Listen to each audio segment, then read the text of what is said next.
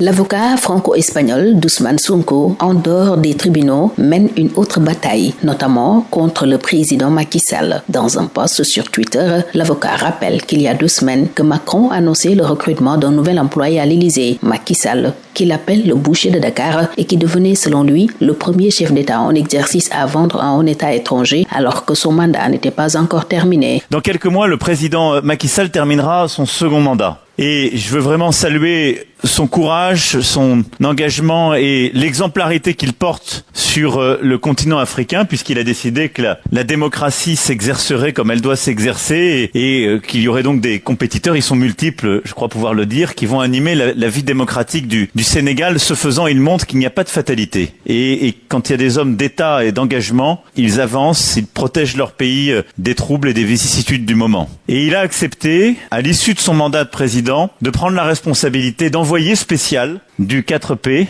et d'être justement de présider ce comité de suivi. Poursuivant son poste, il souligne que cet homme qui a fait tuer 60 manifestants à tir de balles réelles et emprisonné des milliers d'opposants, dont plus de 1000 demeurent sous le régime de la détention illimitée, recherchait de façon désespérée une immunité. Et Macron, son plus proche allié, a donc annoncé qu'il le nommerait envoyé spécial pour la paix et en profiter pour saluer l'exemplarité démocratique de son nouvel employé. Quelques jours plus tard, fait remarquer Juan Branco, une citoyenne française, Colline Faye, âgée de 26 ans, kinésithérapeute, était raflé à Dakar par la sûreté urbaine et envoyé avec d'autres en détention illimitée. Sa faute, avoir pris au mot M. Macron et en une manifestation pacifique réclamé que soient organisées des élections libres et non faussées. Elle encourt pour cela la perpétuité, prévient Juan Branco, qui rappelle que c'était le 17 novembre et nous sommes aujourd'hui le 26 novembre et l'Élysée refuse de s'engager. L'AFP, RFI, TV5, Le Monde, entre autres, refusent aussi d'en parler. Colline Faye, citoyenne française détenue en une prison où s'entassent des corps torturés, nageant dans leurs excréments, elle se meurt, alerte Branco, qui continue de s'alarmer en soulignant qu'une jeune citoyenne française en grève de la faim depuis 9 jours se meurt d'avoir réclamé démocratie et exemplarité dans un pays dirigé par un employé de l'Élysée. Donc, si on en croit Juan Branco, cette nouvelle fonction annoncée pour Macky Sall serait une façon de le faire échapper à de probables poursuites. En attendant de savoir ce que l'avenir nous réserve, il est bon de rappeler que Juan Branco était déjà dans une procédure à la Cour pénale internationale contre certaines autorités du régime actuel.